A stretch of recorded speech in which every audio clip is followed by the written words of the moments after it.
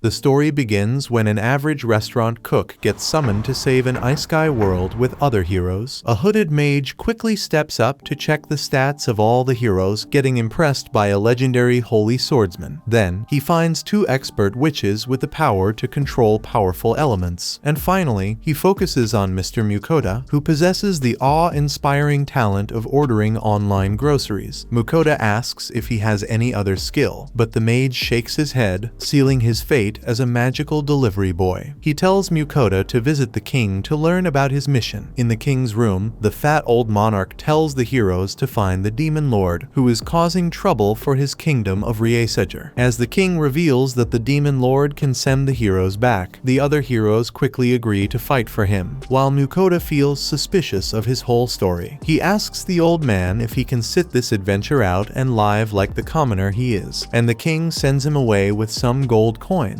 Afterward, he heads out to the city, where everyone stares at his weird corporate wage slave suit. Mukoda changes his outfit and rents a room where he checks his stats to learn that he also has a magic storage and appraisal skill. Then, he uses his grocery skill, which opens a holographic online store. He then inserts some money into the screen and buys some quick food to keep him going, thinking that he can make good money as a chef with this skill to leave the plain country. The next morning, Mukoda rushes to catch a carriage to the town of Keels. On the way there, he asks a merchant what he's going to sell, who tells him that he's going to sell a very precious item called soap. Mukoda feels surprised that soap is so precious and asks the man if he stores his goods in a magic storage. However, the merchant tells him that the magic storage skill is very rare, so he has to carry everything around. Then, Mukoda asks him about the appraisal skill and learns that it's a legendary skill that's practically unheard of. The merchant wonders why he's so interested in these rare skills, but Mukoda claims that he was just dreaming. Then, the merchant tells Mukoda that he made a good call going to a border town because the kingdom is soon planning to seal its borders. Once Mukoda gets to Keels, he finds out that the kingdom has banned further carriage services, and a few soldiers tell him that the king is always trying to start wars without reason. Mukoda feels glad that he decided to leave the dangerous country, but wonders how to escape without a ride. He visits an adventurer's guild and asks for some bodyguards, and the receptionist tells him he'll need to offer 7 gold coins for his difficult request. Mukoda feels surprised by the price, but decides it's better to pay than get trapped in a war-torn country. The receptionist accepts his payment and introduces him to the adventurer Werner, who tells him that his party is ready to leave the next morning. The next day, Mukoda sets out for the kingdom of Venan with Werner's party, and they take a break after traveling some distance. As Mukoda sets up his kitchen to cook, the adventurers feel surprised by his magical storage and foreign equipment. He serves them some fresh sandwiches, which they all find incredibly delicious. Werner feels guilty for getting luxurious food for free, but Mukoda tells him it's not a big deal for him. Seeing his friendly response, Werner nods and promises not to poke his nose into Mukoda's secrets. Afterward, the group runs into some bug monsters on the way. Mukoda jumps in fear as a bunch of bug guts land near him, and a party member informs Werner that there's an angry boar up ahead. Werner's team turns the boar into a bunch of pork chops, and Mukoda stores all its meat in his magic storage. Then, he prepares some special pork soup for them, and the team feels their energy recharging from the hearty food. Mukoda wonders why his food is restoring their energy, since he just cooked a normal soup for them. He uses his appraisal skill to check everyone, and spits out his own soup, shocked that his food actually is giving the adventurers a huge stat buff. Thinking that his otherworldly ingredients could also have hidden side effects, Mukoda decides to keep his food sources secret to avoid being turned into a slave. While everyone chows away, a pair of green eyes silently stalks them in the night. The next day, Mukoda cooks everyone a heavy dish of fried pork, which they instantly devour. However, their joy is short-lived as the legendary Fenrir beast appears behind Mukoda. The giant wolf uses its aura points to threaten Mukoda into giving it food, but loses them all as it starts chomping on them like a starving puppy. Mukoda panics while quickly whipping up more batches of meat to satisfy the hungry dog. After emptying all the stocks of Mukoda's food mart, Fenrir stops eating and tells Mukoda that he's surprised he could satisfy it with such a small amount of food. Fenrir tells the exhausted cook that it wants to form a contract with him, but Mukoda feels worried about befriending such a dangerous creature. He tries to decline Fenrir's Fenrir's offer, but the wolf keeps interrupting him, making it clear that he isn't asking for his consent. Mukoda then asks Werner and his scared teammates if it's a good idea to trust the wolf, and finally accepts Fenrir's offer as they nod their heads. Fenrir then calls over Mukoda and presses its head against him, which creates a glowing light that signs their partnership contract. Once the contact is done, Fenrir proudly sits down to rest and orders Mukoda to cook 3 meals for him every day, leaving him completely stunned. Then, Fenrir asks for a new nickname, and Mukoda gives it a dog name like Bob. However, the wolf feels offended that it's getting treated like a house pet and settles for the name Fel. After settling down from their shock, the group starts traveling again, and everyone wonders how they'll enter the border with the massive beast following them. Werner thinks that the Venan royalty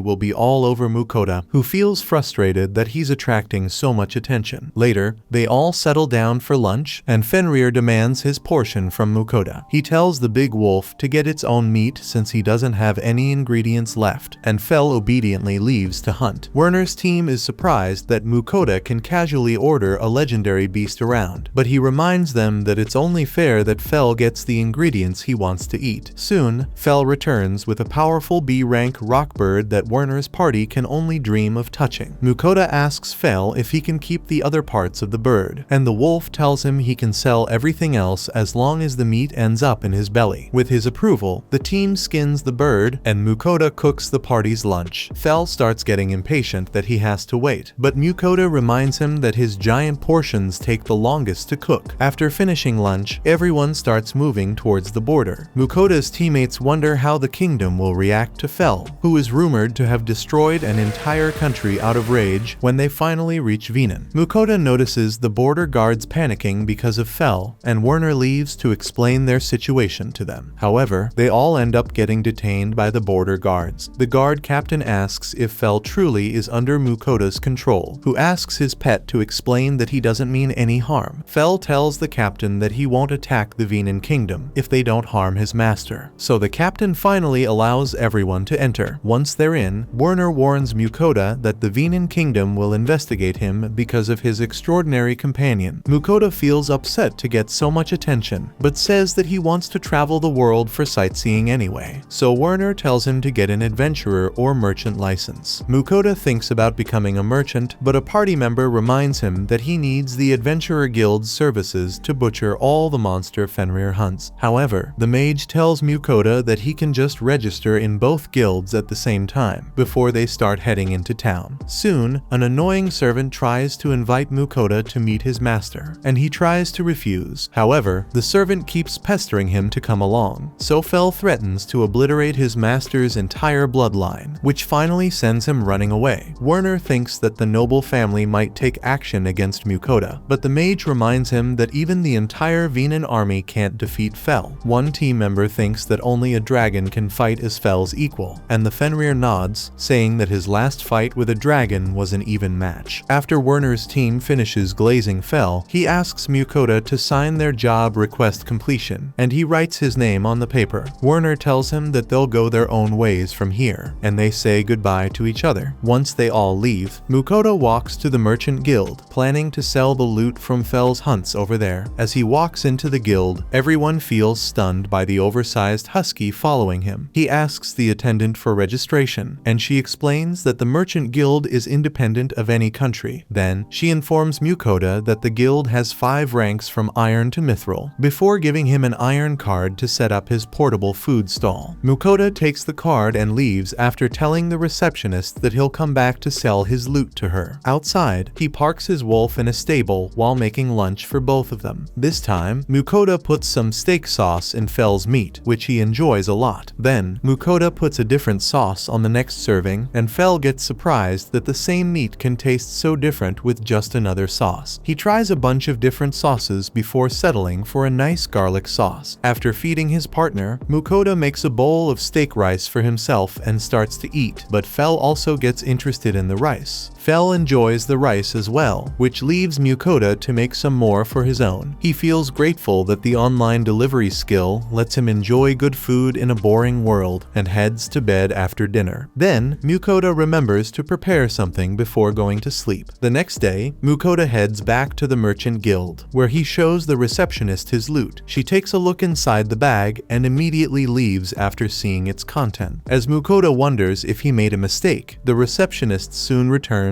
and takes him to a private room, where the guild master reveals that his salt and pepper are of such high quality that they can sell them to the royal family. The guild master offers to buy all of Mukoda's goods and asks where he got them from, but he awkwardly tries to keep his secret. Noticing Mukoda's hesitation, the guild master stops asking and offers 10 gold coins for his goods. Mukoda is shocked, since he bought the spices for only a few copper coins, but the guild master mistakes his silence for dissatisfaction with the price. He raises his offer to 15 gold coins for everything, and Mukoda finally accepts, realizing he's discovered an infinite money glitch. After getting the gold coins, Mukoda heads for the Adventurers Guild and begins registering himself. The receptionist gives him the lowest G rank card before explaining that he needs to complete one quest per month if he wants to keep his membership. He nods and accepts an easy-looking quest to gather some medicinal flowers for the month. A few days later, Mukoda goes outside the inn and stretches his arms, ready to gather herbs for the quest. Watching him get ready without a care, Fel reminds him that he wants breakfast before they go out. After breakfast, Mukoda goes out to his quest location with Fel, who complains that breakfast wasn't enough to fill him. Mukoda tells him to hunt for meat while he gathers herbs, but Fel doesn't leave before activating a magic shield to protect him from monsters while he's gone. With the legendary dog gone, Mukoda uses his appraisal skill and starts picking the first herb he needs. He soon completes the quest requirements and picks some extra herbs as ingredients for his cooking. Then, Mukoda begins preparing lunch while waiting for Fel to come back. As he takes out his cooking set and orders some ground beef and sauces, Fel returns with another rock bird, saying that he left more monsters in the forest. Mukoda nods and continues cooking his ground beef pasta. Once it's done, Fel feels suspicious of the dangly noodles, but immediately gulps them down after tasting how good they are. Mukoda then gives Fel some cheese to add on top, feeling happy that he can still enjoy all the treats from his old world in this life. After lunch, they head to the forest to get Fel's meat, and Mukoda feels shocked by all the crazy monsters he has hunted. He asks Fel if it's okay to eat half-human monsters like orcs, but Fel explains that it's completely normal for humans to eat them. Mukoda nods before putting all the beasts in his storage and gets on Fel's back, who takes him on a roller coaster ride back home. Once they get back, Mukoda heads into the Adventurers Guild and hands the herbs to the receptionist, who feels surprised that he got so many on his first quest. After he asks her where to sell monster meat, she gets surprised that a weak man like him can hunt, but Mukoda explains that it was actually his guard dog's work. The receptionist nods, then sends Mukoda to the butcher, who gets shocked by the amount of meat he has and takes him to the back of the building. There, the butcher tells Mukoda there are rumors about him and Fel, before Mukoda shocks him with all the powerful beasts he has. The butcher tells him it'll take a while to process all the monsters, so Fel asks for some quick orc meat for the day's dinner. With the orc meat in hand, Mukoda plates some soft pork picadas with delicious meat sauce. Fel quickly digs in, but Mukoda still feels disgusted at the thought of eating orc meat. However, he quickly changes his moral code and inhales the premium pork after getting a taste. The next day, Mukoda goes to the butcher to get his meat. The butcher shows him all the meat before giving him over 200 gold coins for the other monster materials. Mukoda feels surprised, but the butcher reminds him that high-ranked monsters are precious loot. The butcher then gives him a magic crystal from an rank beast, before asking about the rumors that his legendary Fenrir is just a high-ranked great wolf. The butcher then laughs it off, thinking that Fel is the legendary beast for sure with his confidence, and Mukoda leaves with a new excuse to hide his pet's identity. To keep them both safe, Mukoda leaves the town and rests at a midway point outside. There, he asks Fel if he wants to order some gourmet food online, and quickly starts buying the food as Fel creates a waterfall drooling over all the options. Once the food arrives, Fel quickly swallows it all, and Mukoda gives him a final cut of of precious Wagyu steak to enjoy. Fel thinks that the small meat is too pathetic, but realizes it tastes better than anything he's had before. Mukoda explains to him that Wagyu cows are specially raised to taste the best, which surprises Fel. He tells Mukoda that in their world, nobody farms animals on a large scale since they just eat monster meat. Once Fel finishes dinner, he tells Mukoda that he's feeling strong enough to defeat the ancient dragon he once fought. Mukoda checks his stats and realizes that his food gave Fel a 50% buff, and Fel leaves to use his power for more hunting. Mukoda feels worried to be alone at night, but Fel confidently tells him that his barrier is enough before leaving. After he leaves, Mukoda takes out a soft futon mattress and goes to sleep. Meanwhile, Fel runs through the forest and turns a rock bird into chicken drumsticks. Then,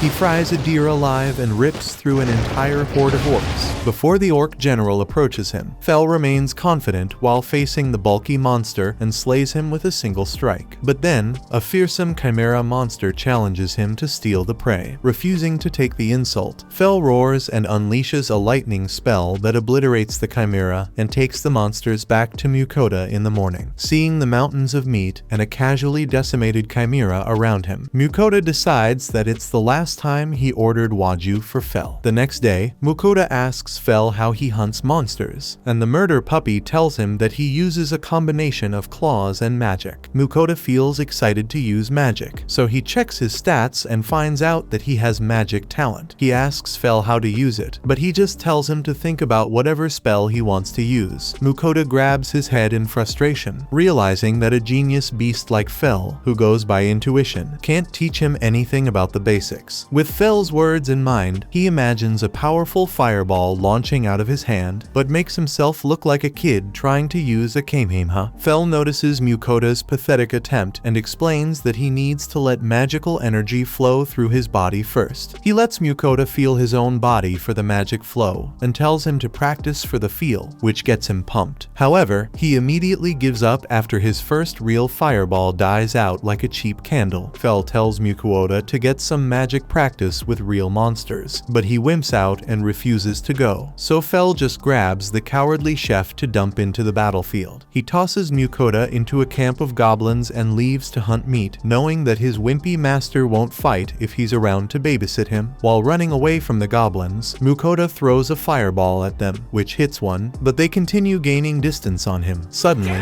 Mukoda trips on a stone, and one of the goblins jumps to attack him, but Fel's barrier protects him. Inside the barrier's protection, Mukoda starts lobbing more fireballs at the goblins, and his final attack actually defeats a couple. However, he collapses from exhaustion and passes out, but Fel finally comes up to take him away. Later at night, Mukoda wakes up in a cold sweat but calms down after feeling safe. Fel praises him for his final fireball, but Mukoda starts crying because he threw him into such a dangerous place. Then, Fel notices that Mukoda leveled up. Before he gives him the body of the Goblin King, he asks Mukoda if the body has a magic stone he can sell for more Wagyu meat, but the traumatized chef refuses to give him any more treats for the time being. Mukoda then gets up to prepare a normal dinner, but orders some bakery goods after falling down from exhaustion. Fel feels upset that he's not getting any meat, but he stops complaining after finding the bread delicious. After finishing his portion, Fel asks for more sweets, but Mukoda warns him that he'll get fat if he eats too much. However, the magic wolf confidently tells him that he's immune to poison and illnesses because he got a blessing from the goddess of wind, Ninrir. Mukoda feels jealous that Fel is so overpowered and starts praying to God to give him some buffs just like him. As his desperate screams ring out, a mysterious lady sits at a pond, smiling softly. The next day, Mukoda reaches another town, but the overgrown mutt behind him causes the people to panic. The border guards quickly surround Mukoda, but he explains to them that Fel is actually just his pet great wolf. Fel telepathically reminds Mukoda that he's not a great wolf, while the guards feel suspicious of him. After verifying his guild card, they tell Mukoda that he's allowed to enter their town, warning that if Fel causes trouble, Mukoda could get executed or sold into slavery as punishment. With this information in mind, Mukoda heads into the town and leaves Fel in a stable, while he goes out searching for a world map. He enters a library and gets interested in a magic book, but is surprised that books are expensive because paper is a rare material. Then, he asks the shopkeeper if he has a world map, and the old man gets angry that Mukoda thinks he has top secret FBI level information just lying around. Afterward, Mukoda decides to find a bigger library for his needs, but returns to his room after finding nothing. He goes back to Fel and orders some instant food for the hungry dog, which easily cheers it up. Afterward, Mukoda begins eating his own chicken and rice, but Fel, the legendary pig, starts drooling over that as well. The next day, as Mukoda explores the town, he bumps into some drunk adventurers near a pub. He enters the pub, feeling scared of all the tough adventurers around him, but talks to a party sitting together at a table. The party feels annoyed by Mukoda, but they all warm up to him after he treats them to some drinks. Mukoda asks the adventurers if they can tell him more about their world,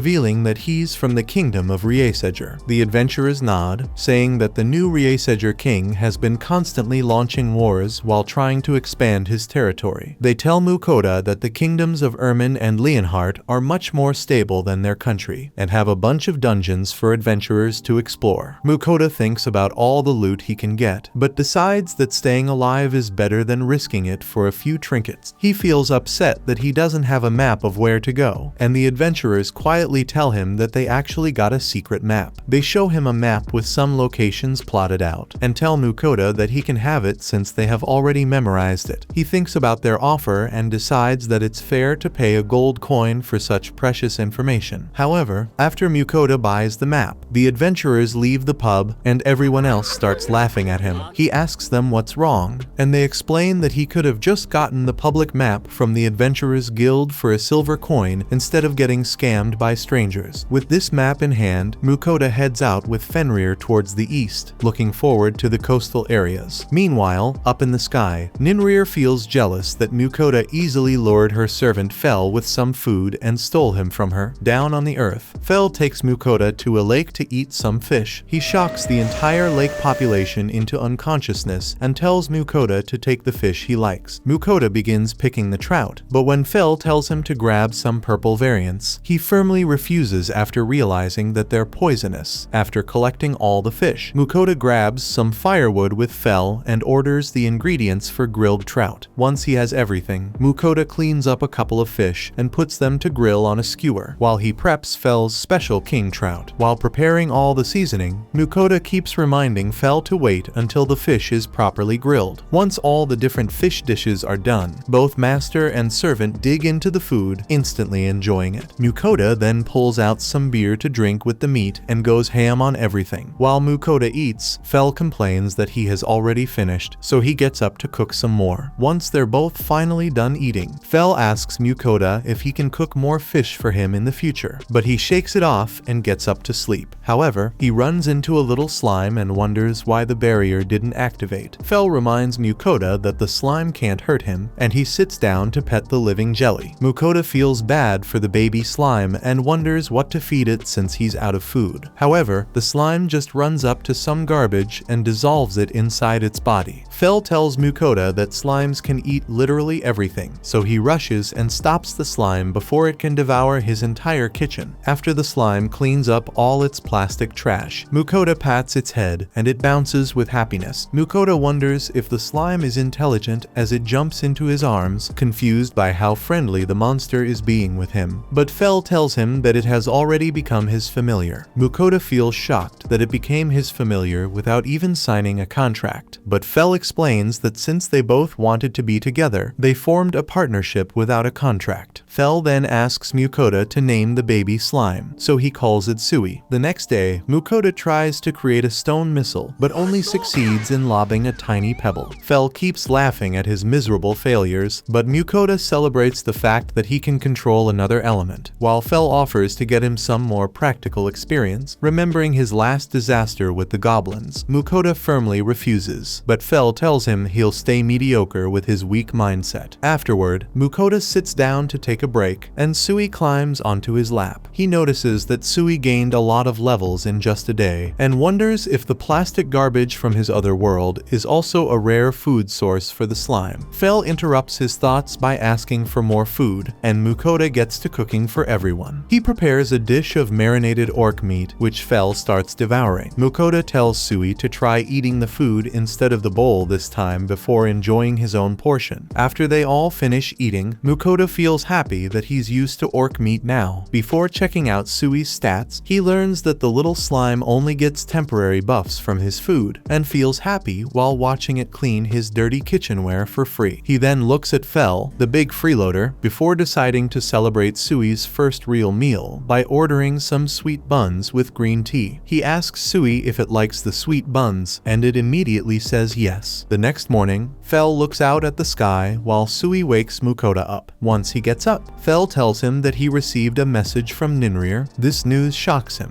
but Fel explains that his master is willing to give Mukoda a wind blessing if he sends her some sweets from his world every week. Mukoda feels confused why a powerful being like Ninrir wants food, while Fel informs him that the minor blessing will protect him from status effects and enhance his magical talent. However, as Fel reminds him of the weekly gift, Mukoda wonders how to send it to Ninrir. Fel tells him that he can place the sweets anywhere, and Ninrir will take them if he offers them. Then, after he tells Mukoda to give Ninrir some sweet buns and bread, he wonders why Fel's master is demanding food like a toddler asking for candy. After getting all the sweets Ninrir wants, Mukoda offers them to her, and the items disappear into thin air. After the items disappear, a faint glow appears on Mukoda's body, and he feels happy at receiving the blessing. Meanwhile, Ninrir feels ecstatic as she enjoys the sweet buns, thinking she has truly found happiness. She feels sad after the bun quickly disappears into her belly, but some chocolate milk gets her excited again. Ninrir thinks about saving the rest of the precious sweets she has left, but her greed gets the best of her, and she finishes them all in one go. Back on Earth, Mukoda successfully uses his stone magic after getting Ninrir's blessing. After some training, he feels tired and heads over to his backpack to get some food. He grabs a chocolate bar and sits down with Sui, waiting for Fel to return after a task. Soon, he returns and senses that Mukoda ate something behind his back, so Fel starts throwing a hissy fit to get some chocolate of his own. As he orders some chocolate for Fel, Mukoda suddenly receives a message from Ninrir, who tries to act mysterious, but ends up begging him for the chocolate like a spoiled child. Mukoda finally realizes the reason Ninrir blessed him, and he gives her the chocolate before Fel pushes him to leave for their next location. On the way there, he asks Mukoda about his earth magic progress, and after learning that he's still at a beginner level, Fel decides to take him somewhere special. Soon, Mukoda finds himself at the entrance of a new dungeon and tries to sneak away. However, Fel drags him back, saying that he needs more experience to improve his magic. Mukoda starts crying that the dungeon is too dangerous for him, but Fel reassures him that it only has weak monsters. Mukoda says that the weak monsters are still a big deal for him, but Fel tells him that he can't continue progressing at a snail's pace and reminds him that his barrier will protect him anyway. However, he warns Mukoda that if he gets too deep in the dungeon, his barrier might not work, so he needs to be prepared to protect himself. Realizing there's no way out, Mukoda starts preparing for his dungeon crawl and orders a bunch of different food. He explains to Fel that his food gives different kinds of buffs and begins stuffing his face to prepare for the dungeon. Once Mukoda finishes, Fel thinks he's ready for the fight, but he still feels scared as he heads inside. Fel gets frustrated that he's already shaking like a leaf at the entrance, so he pushes him into the action. Suddenly, a slime pops out, and Mukoda feels guilty for attacking it while having Sui with him. However, Sui mercilessly spits acid and melts down the opposing slime with zero guilt. Then, Mukoda uses his earth bullet to take out another enemy slime and notices that the earth is swallowing up its body. Fel explains that a dungeon is actually like a living creature that absorbs everything that dies inside it, which makes Mukoda even more scared as they head deeper inside. Once they go down a floor, suddenly, some kobolds start chasing Mukoda, who turns around and hits them as they get too close to him. He thinks he has done a great job, but Fel tells him he's still too weak and takes him even deeper to get stronger. After arriving at the lower level, Mukoda gets shocked by an entire army of kobolds and tries to chicken out. Fel refuses to let him weasel out and tosses Mukoda right into the horde with Sui to help. As the angered kobolds charge at him, Mukoda screams like a girl and flinches pathetically, but Fel's barrier protects him while Sui snipes all the monsters. Mukoda finally calms down after realizing he's safe and starts spamming his stone bullet to delete the kobolds. After decimating the entire floor, he notices 2 final kobolds who turn around to escape, but a creature inside the cave knocks them back. As the kobold king steps out, Mukoda stands there helplessly, before doing what he does best, running away screaming like a little girl. Fel reminds him that he can't defeat the monster by running, so he tries to use his stone bullets, but the kobold king easily shrugs off his attacks. Mukoda tries using more bullets, but the monster just attacks him through them. Then, after Fel warns him that the king can destroy his barrier, Mukoda gets serious and launches a big bullet attack that finally knocks out the monster. However, the kobold king somehow gets back up, and Mukoda runs out of mana to defend himself. As he thinks he's going to turn into wolf poop, the kobold king's attack gets stopped in its tracks by Fel's barrier, who reveals he was just lying to make Mukoda fight seriously. While the monster remains distracted, Sui pops up and melts it into a puddle of goo, and Mukoda passes out from exhaustion as his slime starts glowing. Later, Mukoda wakes up outside the dungeon with Sui nearby. Mukoda asks Sui if it's okay, and he replies that he's fine. He feels relieved at Sui's answer, but feels shocked after realizing that it's actually talking to him. Sui explains that he was able to talk after defeating the kobold king, and Mukoda finds out that he evolved into an adult slime after the fight. He then checks out his own stats, only to get heartbroken that he's even weaker than a 2-week-old slime. Mukoda then asks Sui about Fel, and he tells him that he went outside for a task. As Mukoda wonders if Sui is a special slime who can talk, Fel returns with a bloodied snout and asks for some real food. Mukoda gets mad at him for lying about the barrier, but Fel reminds him that he wouldn't have gotten stronger otherwise, so he starts ordering ingredients. After Mukoda prepares an egg-simmered rockbird gravy with rice, they all enjoy their lunch and sit down to relax. He asks Fel if he has already talked with Sui, and Sui confirms that Fel is a good uncle. The Grand Fenrir Fel gets offended and screams at Sui to use his normal name, which makes him cry. Mukoda comforts Sui in his arms and emotionally blackmails Fel, who gives up his dignity and finally allows Sui to call him uncle. While Fel tries not to cry from shame, Mukoda keeps cuddling his slime companion, feeling happy with his growing party. The next day, as they run through a forest, Fel tells Mukoda that they're going through boss-level Orthos and Griffin territories. Mukoda feels terrified, but Fel reminds him that those monsters can't touch him, but his pathetic master still tries to turn back and escape. However, Fel refuses to budge and tells him they're already inside Orthos territory. Once they head deeper, Fel suddenly stops, and soon, a bunch of brave and stupid Orthos jump out to fight. Mukoda quickly hides in a bush with Sui, while Fel reminds the young monsters how dumb their decision to fight is. The first Orthos rushes to attack Fel, but he takes it out without even touching its body. Finally, the other hooligans realize they're fighting a demon and run back into the forest. Fel calls Mukoda to come out, who asks him how he attacked the Orthos without even touching it. Fel proudly explains that he can use magic to claw at enemies even from a distance, and Sui asks Mukoda if he can use this skill too. He reminds him that he doesn't have claws like Fel, but starts praising Sui for having an even better acid spray, while Fel watches unamused that the slime stole his glory. Later at night, as Mukoda gathers some water in a bucket, he gets startled by a sound. Fel tells him that he's acting scared with no reason, since the Orthos won't appear to harass them again. He then asks Mukoda for dinner, who gets ready to start cooking, but feels horrified remembering that it'll still take them 3 weeks to get out of these wretched forests. Mukoda then takes out some black serpent meat and starts making a sweet and spicy sauce for it. Once Mukoda's done preparing the meat, he forces himself to eat it, thinking it's chicken, but Fel steals it all for himself. Left with nothing for himself, Mukoda cooks up another batch for his hungry dog and slime, but after they both finish, all he gets for himself is a small serving left for a sandwich. The next day, Fel is running through the forest, but stops after seeing some rare healing mushrooms, explaining that they can even heal broken bones. Mukoda gets off to pick all the mushrooms and lets Sui eat some of them. As he finishes filling up a full basket, Mukoda feels shocked when Sui starts glowing. He quickly checks on his baby, but Sui tells him he's fine, so Mukoda checks his stats with appraisal. He learns about Sui's new potion creation skill, and Fel tells him that slimes can get the properties of the magic materials they eat. Mukoda feels excited to see the healing potion factory in action, and Sui tries his best to create his first potion. As some liquid starts dripping out from Sui's arm, Mukoda rushes to collect it in a bottle and feels surprised that it's a high-quality potion that can heal near-death injuries. He asks Sui if he can make lower-quality potions as well, and Sui confirms that he can also make low and medium-quality potions for smaller injuries. Seeing the healing potion created so easily, Fel feels surprised by Sui's unique skill and praises him for his intelligence. Sui feels happy with all the attention he's getting and jumps into Mukoda's hands, who pampers him even more. A few days later, Mukoda and Fel stop in the Griffin territory. As the first Griffin appears, Mukoda gets ready for another fight, but the monster asks to have a duel with Fel to prove its strength to its people. Fel agrees and warns the Griffin that he won't hold back, but Mukoda telepathically tells him not to take the monster's life. With both of them ready, Fel charges at the Griffin, which flies up and shoots a storm of feather arrows at him. Fel avoids the arrows, but loses sight of the Griffin in the dust, so the bird uses this to launch a surprise attack. Mukoda feels lost since the fighting is happening in the dust, but Fel finally uses a tornado spell to sweep up the Griffin. As the tornado disappears, the Griffin falls from the sky, and Mukoda gets angry at Fel for going too far. However, the Griffin feels proud that it fought a serious match against the legendary Fenrir before closing its eyes. Mukoda quickly calls over Sui and uses a powerful healing potion on the Griffin, which gets up, feeling embarrassed that it lost so easily. However, Mukoda shows that it actually got Fel with a slight injury, and Fel awkwardly admits that he did get hurt. At this news, the Griffin gets excited and roars to call all its tribe, who fly over to their location. The Griffin heads to the lead spot and thanks Fel for helping him get recognized as a leader of his pack. He gives Mukoda a feather to keep so he can safely pass through the Griffin territory in the future, before flying away with its tribe. Afterward, Fel demands a big dinner because he used so much strength, so Mukoda decides to treat him with all the meat they have left. He preps some orc meat with egg batter and fries it in oil, and serves the finished dish to his party. Then, Mukoda sits down for his own meal and tries to forget that he's about to eat a half-human. Meanwhile, Fel and Sui finish their portions and ask for seconds, but then Fel reminds Mukoda to give his sweet gifts to Ninrir. Mukoda feels anxious that he totally forgot, and orders some more sweets before Ninrir gets upset and turns his wind blessing into a curse. The next morning, Fel finally makes it out of the forest with Mukoda, who feels excited to enter the kingdom of Leonhardt. He tells Fel that they're running out of meat, and the oversized meat processor starts running anxiously to hunt more monsters as soon as possible. However, they encounter a caravan getting attacked by some bandits, so Mukoda asks Fel to save them in exchange for a special dinner. Up ahead, the bandits quickly overpower the caravan guards, but Fel arrives at the scene and roars to intimidate them before ordering the bandits to leave. Facing the legendary beast, the bandits drop their weapons and get arrested. While the caravan leader Lambert thanks Mukoda for his help, Mukoda asks him where he was headed, and after learning that they're going to a Leonhardt city called Kerlina, he asks to tag along with them. Once they all start walking towards the city, Mukoda hears the guards whisper about his Fenrir and learns that they use a magic messaging ability to communicate between cities. Mukoda sighs, hoping that he remains safe from all the greedy monsters after his precious dog. After a little while, the caravan stops to rest, and Fel reminds Mukoda that he promised him a feast. Mukoda thinks about what to cook since he doesn't have much meat, so he decides to make some perfect nuggets with all the remaining chunks. As Mukoda's party indulges itself, the adventurers smell their amazing food and walks over to check it out. Noticing their pitiful stares, Mukoda gives the beggars some food as well, and he quickly runs out of all his meat before getting to eat even a single piece. As thanks for the good food, the adventurers offer to guard their group while Mukoda's party sleeps, and he happily accepts their offer. Nearby, the bandits get angry at the guards for being detained, but Mukoda reminds them that Fel will turn them into beef jerky if they try anything funny. The next day, the caravan reaches the city of Kerlina, where they hand over the bandits to the police. The caravan guards then decide to head over to the Adventurers Guild, and Mukoda goes with them as Lambert heads back to his shop. However, when Mukoda actually visits visits the guild, he learns that his license was revoked because he was inactive for over a month, as the receptionist explains that he needs to keep doing quests to retain his membership. Mukoda gives her his tag to re-register and tells her to register Sui as his familiar. She gets weirded out by the slime, and everyone else starts laughing at Mukoda. After getting registered, he heads to the shop to sell his meat, and the adventurers ask if they can look at the rare monsters Fel hunted. Soon, they stare at the mountain of dangerous beasts stacked up like a pile of trash, and quickly accept that Fel really is a real Fenrir. Meanwhile, the butcher feels excited to work on such high-quality materials. Out of curiosity, Mukoda asks him if he can butcher his meat elsewhere, and learns that other butchers can cheat him or carelessly ruin the monster loot. As the butcher gets to work, Mukoda feels excited to try more exotic meat, while the adventurers realize that they just ate literal gold from him last night. They all apologize for eating Mukoda's precious meat, but he tells them that he doesn't mind at all. As thanks, Captain Lars tells Mukoda to ask him for any help since he's a well-known guy in the city. Afterward, Mukoda heads to an inn to sleep, but feels bad that he has to keep doing quests to sell his meat at the guild. As he closes his eyes to rest, Ninrir starts telepathically crying that he hasn't given her any attention after coming to the city. So Mukoda gets up to give her a gift. He orders some extra special stuff this time, and Ninrir accepts them like an excited child, making him doubt her goddess status before he goes to sleep. The next morning, Mukoda looks at a guild billboard for some quests, and Fel tells him to hunt some goblins to increase his rank quickly. Mukoda reminds him that he still has PTSD from his last goblin encounter, and asks Fel why he's in such a rush to rank up and visit the ocean. Fel shamelessly tells him that he just wants good seafood, and Mukoda feels terrified of all the krakens and serpents lurking in the ocean. However, Fel insists that they go because he loved the fish they ate last time, and tries to get Sui to support him. Mukoda tries to convince Sui not to go, but it says that it wants to melt more monsters, forcing him to accept his party's decision. Once they head out to hunt, Sui spots a group of 3 goblins and turns them into fertilizer. Mukoda feels disgusted while cutting off goblin ears for proof, but then another bunch of them appear from behind. Sui sprays them with acid again and melts through the entire pack like butter. While Mukoda's knees tremble with fear, Sui asks him if he can fight more goblins, so Fel drags him away before he can refuse. Soon, the slime machine gun finishes, wiping out the local goblin population, and Fel makes Mukoda collect all their ears to get more adventurer points. Mukoda feels worried that the mountain of goblin corpses might attract beasts to the city or create another dungeon, and asks Fel to clean them all. He suggests burning the bodies, but Mukoda refuses to risk setting the entire forest on fire, so Fel then asks Sui to melt them all. Sui asks for Mukoda's permission before enlarging into a giant form, and Mukoda checks his stats and learns that he got another skill. Sui explains that he can now change his size at will, before melting his big form away and creating dozens of new slimes, which get to work and eat up all the goblins. Mukoda asks Fel if this is normal, but even the old Fenrir feels surprised by Sui's mysterious powers. After the slimes finish cleaning up, Mukoda realizes that Sui's powers might be even more valuable than his own grocery skill. Afterward, Mukoda orders some bread while they rest, and he wonders if it's okay to finish ranking up in just one day instead of the whole month. Once he gets back to the guild, Mukoda feels trapped as the guild members panic over his mountains of goblin ears. The receptionist calls him over to meet her guild master with his party, and Mukoda gets ready for another stressful meeting. After Mukoda enters the guild master's room, the leader, Willem, asks him about the goblins. Mukoda tells him that he encountered a big tribe of them, and Willem explains that the city was having trouble with all the goblins that had popped up, so he'll reward Mukoda for taking care of them all. Mukoda feels relieved that he's not getting investigated, while the guild master praises Fenrir's power for defeating the goblins. However, Sui reminds Willem that he did all the hard work, and the guild master feels surprised that Mukoda has another unique friend. Then, he tells Mukoda that the royal family has allowed him to live freely in their kingdom, but asks for Fel's help if they face an emergency. While Mukoda celebrates his freedom, Willem asks him about his adventurer rank promotions. He tells him that he wants to become F rank, but Willem offers to raise him directly to C rank if he can do some tasks for him. Mukoda realizes that a guild master must have some serious missions and tries to refuse, but Willem explains that Fel can complete these difficult requests on his own. As Fel agrees, Willem takes out some high-ranking quests, feeling excited to have some of the town's old problems solved. Mukoda then asks Willem to sell some rare beasts, but he tells him that he doesn't have enough money to purchase the precious Chimera and Orthos. Disappointed, Mukoda stores away the two terrors while the butcher works on the other special monsters. Learning that they're all S-ranked monsters, Mukoda feels a bit scared of his own pet Fel, and Sui says that it wants to become just like its uncle. As Mukoda prepares to head home, Willem tells him to get his C-rank card the next day. Once he gets back, Mukoda starts prepping some rockbird for dinner and peels the meat into smaller strips with Sui. After preparing the meat, Mukoda adds his veggies and seasonings and begins enjoying the meal with his friends. After dinner, Fel tries resting in his stable, but feels suffocated, so Mukoda gives him a mattress to lie on before leaving to sleep. The next morning, Mukoda gets his guild card from Willem and learns that he only needs to do a quest every 6 months from now on. Then, Willem shows him a huge pile of cash and explains that all the rare monsters he hunted sold for almost 2,000 gold coins. Mukoda feels happy to be rich, but then realizes he's become a prime target for bandits. After making the payment, Willem gives Mukoda his special quests to hunt a metal lizard and a pack of red-horned bulls, saying that they need the lizard taken care of first. Mukoda remembers that Fel has already hunted a metal lizard, realizing that he underestimated how dangerous these beasts were because Fel plucked them like weeds. Then, Willem explains that the red-horned bulls have started a colony near adventurer training grounds, and Fel feels excited to try their delicious beef. Mukoda also starts getting dirty thoughts about all the nasty things he could do to the bull's tender meat, and Willem feels creeped out by his disturbing expression. Afterward, Mukoda heads to Lambert's shop to buy a new carry bag for Sui. In that moment, Sui jumps into a bag he likes. Then, he also buys an expensive knife belt and purse, and grabs some leather shoes to replace his old ones. Lambert calculates the final price, but tells Mukoda that he can have the items for free since he saved his life. Then, he asks him if he has some expensive black serpent skin left, but Mukoda guiltily explains that he already sold it all to the guild. Lambert sighs, recalling the beautiful red serpent skin the guild recently bought, and Mukoda refrains from telling him that he was the one who sold it too. As Mukoda later prepares to leave, Lambert asks him to sell any serpent skins to him in the future, and he accepts his request. Fel joins Mukoda as he walks back to the inn and demands to eat some more nuggets with Sui before they go lizard hunting. Once they get back, Mukoda gets to cooking and douses the meat in sauce before preparing to double fry it. After the first batch gets done, Mukoda's two pets quickly finish it and ask for more, and he happily prepares more servings. Once he's done feeding his pets, Mukoda sits down to have some food for himself and enjoys the full moon in the sky while having his feast. The next day, Fel reaches the metal lizard's location and asks Mukoda to check on his map. Once he gets confirmation, Fel starts running to sniff out the lizard's nest, and soon finds a cave near a forest. Mukoda asks him if he can stay outside while he goes in to hunt, but Fel just takes him inside anyway. Deep within the cave, Fel spots the metal lizard chomping away at some metal. Mukoda notices that the lizard is glowing for some reason and finds out that it's actually evolved to get a mithril skin. Fel explains that since the lizard has mithril armor, magic attacks will be less effective against it. Mukoda thinks that this will cause trouble for Fel, but the overpowered wolf just fries the lizard with a powerful lightning spell. Mukoda pays his respects to the fallen soul and stores it in his bag, and decides to pick some mithril ore while he's in the cave. He thinks about creating some magic armor with the material, but Fel gets angry and reminds him that his barrier is far stronger than some metal. Then, he grabs Mukoda and sprints off, ready to go hunt the bull colony for delicious beef. Once they reach the area, Mukoda decides to sit it out and let Fel hunt the monsters. Fel agrees and leaves him behind, but Sui pops out of its bag, leaving his master all alone. Mukoda takes a peek at the scene, but before he can even react, a huge wind blows out, clearing to reveal the bull corpses whose souls ascended to heaven. Sui comes back to Mukoda to proudly reveal that he cleaned up the monsters, while Mukoda wonders if he can even fit so much meat in his bag. As he struggles to shove the cows into his storage space, Sui creates his dozen clones and helps him move the bodies. Once the meat is stored away, Mukoda starts preparing some ore pork and rockbird sandwiches for lunch. As they start eating, Sui gets curious about the soda Mukoda is drinking. He gives some of it to Sui, and it instantly empties the whole bowl, while Fel comes over to check it out. After enjoying an entire bottle, the big wolf sits down to rest and starts burping like an old engine. Later, Mukoda returns with the mithril lizard to the guild, and Willem tells him that this discovery is so serious, he'll have to report it to the king. The butcher explains that metal lizards are rare creatures, but in order for one to evolve into a mithril lizard, it must have found a new mithril ore vein. He reveals that mithril ore can only be mined at 3 locations in the world, so they have just discovered a new gold mine. Willem tells Mukoda that he'll sell the lizard to the king along with the mountain's location, but he'll get him a good reward for it. Learning that he'll get 5,000 gold coins as compensation, Mukoda starts feeling scared of his own money, while the butcher feels jealous that he's suffering from success. However, Willem asks Mukoda for some time to prepare the big payment and tells him to take care of the Red Bulls in the meantime. Before he can even finish speaking, Mukoda unloads the entire herd into the room, leaving the guild master truly speechless. Afterward, Mukoda feels worried that he'll get into trouble for his secret discovery, but Fel impatiently asks him for dinner. The thought of premium beef cheers Mukoda up, and he gets ready to prepare them some good steaks. He cuts up the meat into big portions and prepares his pan for grilling. Once the pan is ready, Mukoda adds the spices and cooks up the meat before wrapping it up in foil to set. Fel and Sui feel excited as they wait, and when the steak is finally ready, they all ascend to heaven from the exquisite flavor. After finishing his portion, Fel asks Mukoda for his special treat, so he drizzles some garlic sauce all over his next serving. Later, the two beasts rest while Mukoda cleans the dishes, and Fel tells him that he can't go back to raw meat after getting hooked on his cooking. As Sui also praises his master, Mukoda feels happy to have these companions and feels determined to continue treating them with delicious cuisine. After finishing the dishes, Mukoda heads to his room to give Ninrir her gifts before going to sleep. He orders some sweets from his store, but Ninrir complains that she wants even more. She feels excited after Mukoda orders some deluxe cakes and puddings for her, but suddenly, some other goddesses interrupt her and greet him on the call. The other 3 girls get angry at Ninmir for hogging all the good stuff, but she claims that she's just getting compensation for giving him a blessing. The biggest of the 3, the goddess of earth Kisharl, tells Mukoda that a blessing can only enhance his power if he uses the corresponding element magic. Along with her, the goddess of fire Agni offers to boost his fire magic as well, and Mukoda feels stuffed under all of their offers. Ninrir tries to protect him from the others by reminding them that they've been giving out too many major blessings already. However,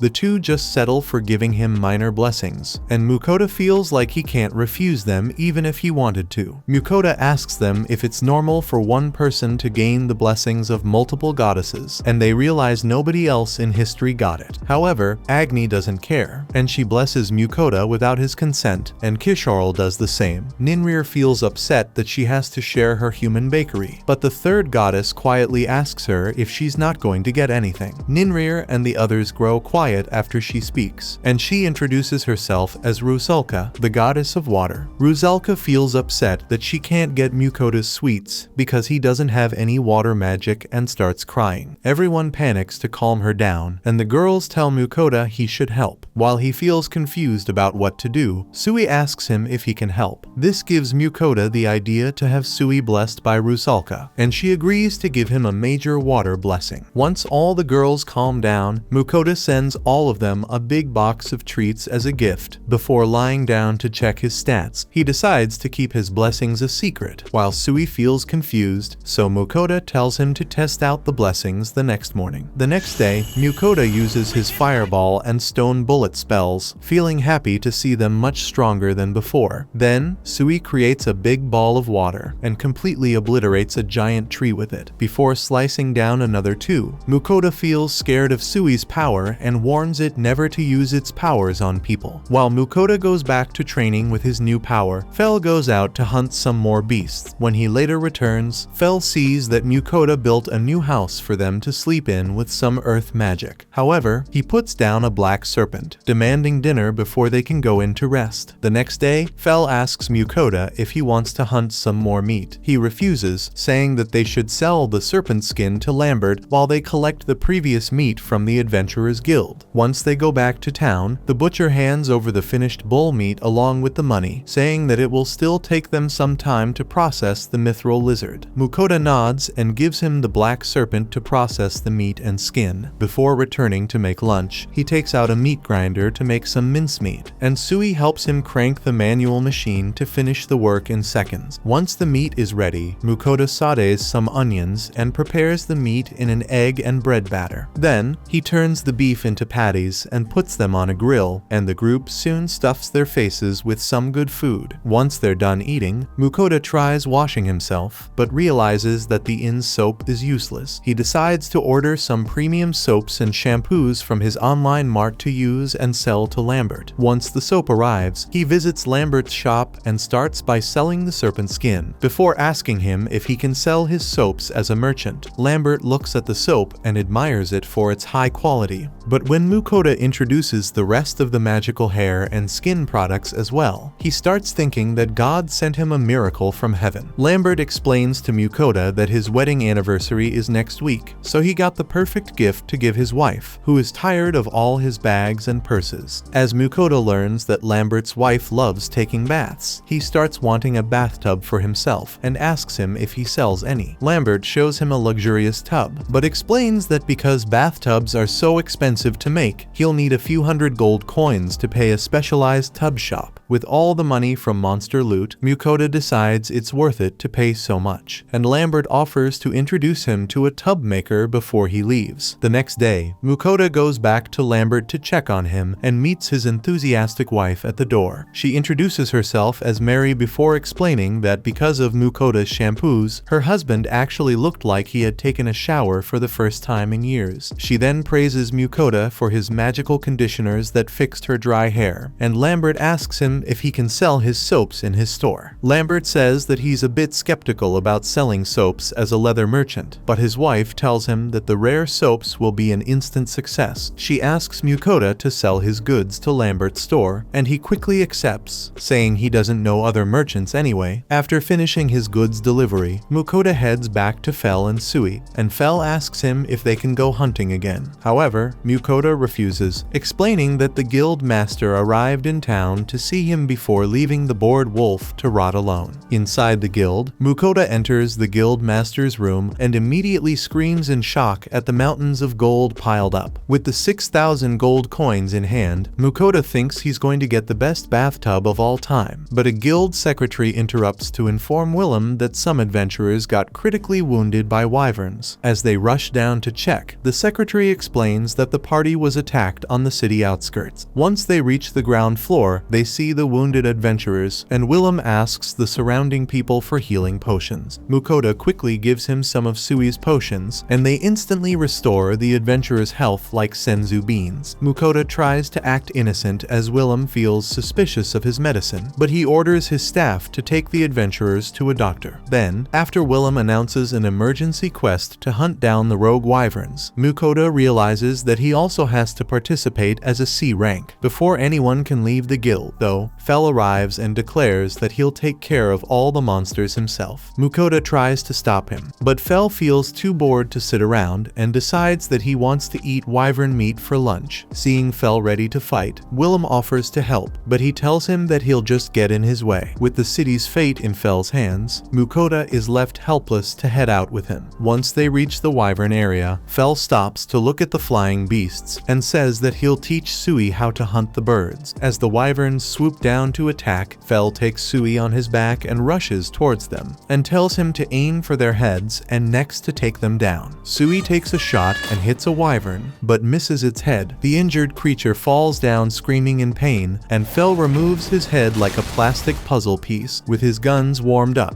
Sui starts launching artillery missiles at the flying beasts, while Mukoda hides behind a rock like a complete wimp, watching the two of them rip the wyvern flock apart. Mukoda feels heartbroken that his cute Sui is getting corrupted by the violent Fel. Suddenly, a wyvern sneaks up behind him, and he screams like a little boy. When it strikes him with its tail, Fel's barrier activates and blocks the attack. However, Sui and Fel arrive just in time to turn the wyvern into a headless chicken. After they finish off the flock, Fel and Sui ask for lunch, and Mukoda pulls out some leftover beef patties. He coats them in some egg batter and fries them up before enjoying the delicious meat with his cold-blooded friends, while Mukoda enjoys an outdoor barbecue. The guild secretary feels worried that he'd get hurt by the monsters. However, Willem remains confident that he'll return just fine with the murder puppy Fel by his side. It takes a while for Mukoda's group to return, so the guild members get worried, but he finally returns at night. Willem anxiously asks him how the mission went, and Mukoda informs him that they exterminated all the wyverns in the sky. Soon, the entire guild erupts into cheers, and Willem explains that the wyverns had been terrorizing them all for quite a while. He tells Mukoda that the guild thought they were taking too long because they got hurt, while he feels guilty that he was just stuffing his face with burgers as they waited. However, Fel just tells Willem they were eating the wyverns, exposing their secret with zero shame.